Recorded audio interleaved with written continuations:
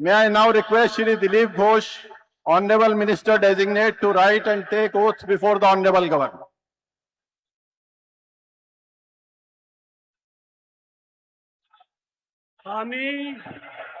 আমি ঈশ্বরের নামে শপথ করিতেছি যে বিধি দ্বারা স্থাপিত ভারতের সংবিধানের প্রতি আমি অকৃত্রিম নিষ্ঠা ও আনুগত্য পোষণ করিব।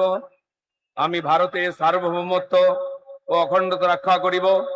পশ্চিমবঙ্গ রাজ্যের মন্ত্রী রূপে আমার কর্তব্যসমূহ নিষ্ঠাপূর্বক এবং বিবেকসম্মতভাবে নির্বাহ করিব এবং ভয় বা পক্ষপাত প্রীতি বা বিদ্বেষ রহিত হইয়া সকল শ্রেণীর জনগণের প্রতি সংবিধান ও বিধি অনুসারে ন্যায়াচরণ করিব।